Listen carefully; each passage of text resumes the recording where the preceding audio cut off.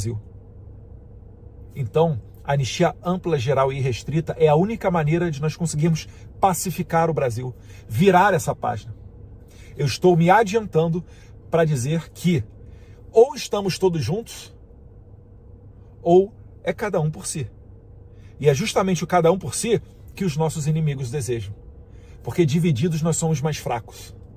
E é natural que antes de que consigamos atingir o objetivo certo, justo e correto, o diabo faça tentações no meio do caminho, para não perder poder, para utilizar essa oportunidade em outras direções que não a direção da justiça e da pacificação do Brasil. Então rejeitem qualquer possibilidade de anistia light ou de redução de pena. Nós queremos acabar com as perseguições lideradas por Alexandre de Moraes e virar essa página do Brasil, que inclusive é um desgaste com a nossa própria base. Porque o justo seria anular esse processo, acabar com todos os inquéritos e processar os responsáveis por pelo menos abuso de autoridade, que é o que ocorreu. Você pode ver os depoimentos do Eduardo Tagliaferro, o braço direito do Alexandre de Moraes, a parte da inteligência do Alexandre de Moraes, as investigações do David Agape, as matérias do Glenn Greenwald sobre a Vaza Toga, agora o Michael Schellenberg na Vaza Toga 2, ou desses jornalistas com relação ao Twitter Files Brasil. Então não dá mais para esconder o sol com a peneira. É necessário abrir espaço para que a população fale e o interesse popular seja respeitado. Que Deus abençoe as nossas autoridades e que a anistia seja feita da maneira como ela deve ser. Ampla, geral e irrestrita sobre os fatos. A possível responsabilidade do ex-presidente Bolsonaro e de outras pessoas numa suposta tentativa de golpe. Nossa, pesado. Muito. Então, qualquer coisa dita por figuras políticas importantes, ainda mais alguém tão próximo, ganha uma dimensão enorme, né? Justamente agora, antes da decisão. Com certeza. E o artigo detalha a ação. Foi na quinta, dia 11 de setembro, pelo X, o antigo Twitter, o alvo direto, ministro Alexandre de Moraes. Uhum. E a linguagem, olha, o artigo diz que foi pesada.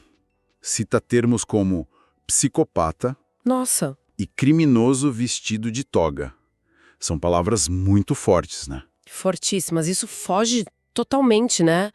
Do debate político, mesmo mais crítico. Vira ataque pessoal, direto. Exato. E vindo de um deputado federal, como o artigo parece ressaltar, o impacto é outro, né? Não é só discordar. É tentar desqualificar a pessoa mesmo. E não parou aí, segundo o nosso material. O artigo diz que ele acusou o ministro Moraes de usar a justiça para perseguir politicamente. Uma acusação muito séria contra o judiciário. Gravíssima. É dizer que um ministro do Supremo usa a máquina para perseguição.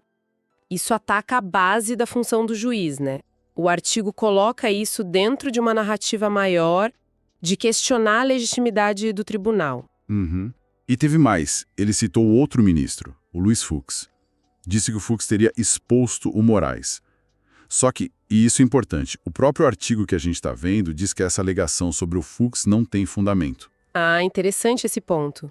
A fonte diz, sem base nos fatos. Essa menção ao Fux e o artigo já dizendo sem fundamento, pode ser visto pela ótica do texto como uma tentativa de, tipo assim, criar uma ideia de racha no STF, sabe? Ah, faz sentido. Sugerir que um ministro tá contra o outro para enfraquecer a imagem de unidade da corte ou minar o Moraes lá dentro, embora, como você disse, o material aponte que não tem base. E para fechar o pacote das declarações, segundo o artigo, o Eduardo Bolsonaro chamou o julgamento que está vindo aí, o do pai dele e dos outros, de teatro.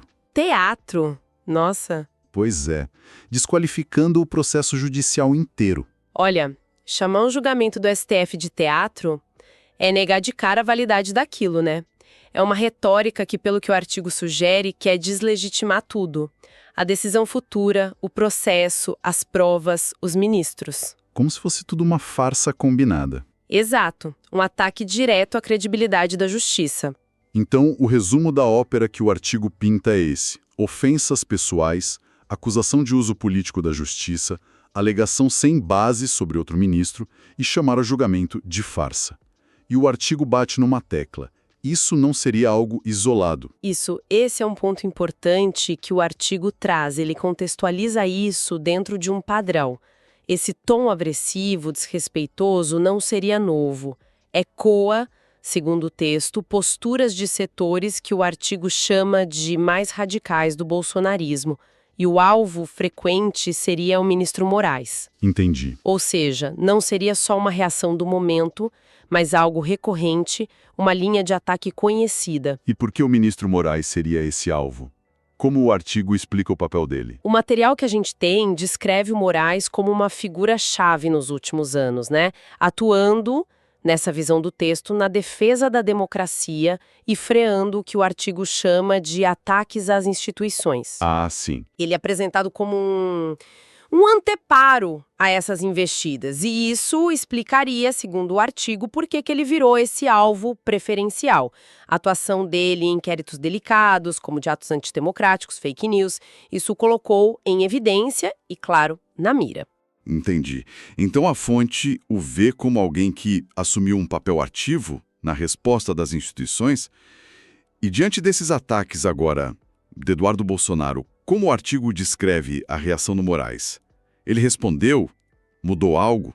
Olha, o artigo destaca uma coisa. Aparentemente, não houve resposta direta, pública às ofensas. E o trabalho continua. O texto enfatiza que, mesmo com essas palavras e acusações, o ministro, segundo essa análise, segue firme nas suas funções constitucionais, continua tocando os processos, inclusive os mais sensíveis, buscando garantir que a lei prevaleça sobre o que o artigo chama de discursos de intimidação. Então a resposta seria não responder e continuar o trabalho. Exato. Pelo menos é o que o artigo descreve. A resposta seria institucional, não pessoal ou reativa.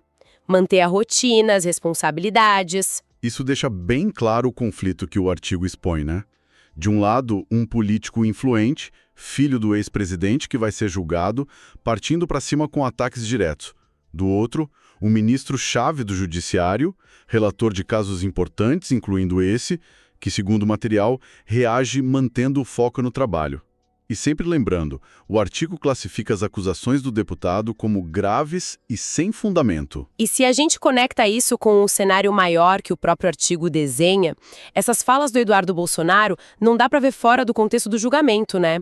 A proximidade no tempo é chave. Com certeza. A leitura que o texto sugere é que esses ataques, diretos a um ministro central no processo, na véspera da decisão, podem ser uma estratégia. Uma estratégia para quê, na visão do artigo? Bom, segundo essa visão, poderia ter vários alvos, né? Pressionar o relator, a corte, mobilizar a própria base política, desacreditar o processo para a opinião pública, talvez até criar um clima de mais tensão em volta da decisão. Essa ideia de estratégia fica mais forte quando o artigo fala que isso é um padrão, né? Que já aconteceu antes, vindo desses grupos. Correto. O artigo insiste nisso, no padrão. Não seria um evento isolado, mas mais um capítulo numa série de ataques ao STF ou a ministros específicos. A fonte sugere que essas táticas de desqualificação pessoal, acusação de partidarismo, tentativa de intimidar, seriam ferramentas usadas por esses setores. Vê método nisso. E qual o impacto disso, segundo o artigo? Funciona para intimidar? Desestabiliza? O artigo meio que mostra os dois lados. Reconhece que a tática existe, a intenção de intimidar, de desacreditar, mostra a agressividade, mas ao mesmo tempo coloca em contraste a postura do ministro Moraes, que é descrito como alguém que continua o trabalho firme sem se abalar. Entendi. Então, a narrativa que o texto constrói é: há uma tentativa de pressão, mas que, até agora, não teria mudado a conduta institucional do alvo. Fica uma tensão clara na narrativa do artigo. A acusação de politização da justiça vinda do lado do deputado e a afirmação de que a justiça segue técnica e imparcial apesar da pressão política, na descrição da postura do ministro. Perfeito. É um choque clássico de narrativas, muito comum quando tem polarização alta e decisões judiciais importantes com impacto político vindo aí. O material que a gente analisou tem uma posição clara sobre esses ataques, diz que são infundados, desrespeitosos e sobre a resposta institucional que seria firme e focada no dever legal. É chave lembrar que essa é a leitura deste artigo específico, né? Outras fontes podem ter visões diferentes.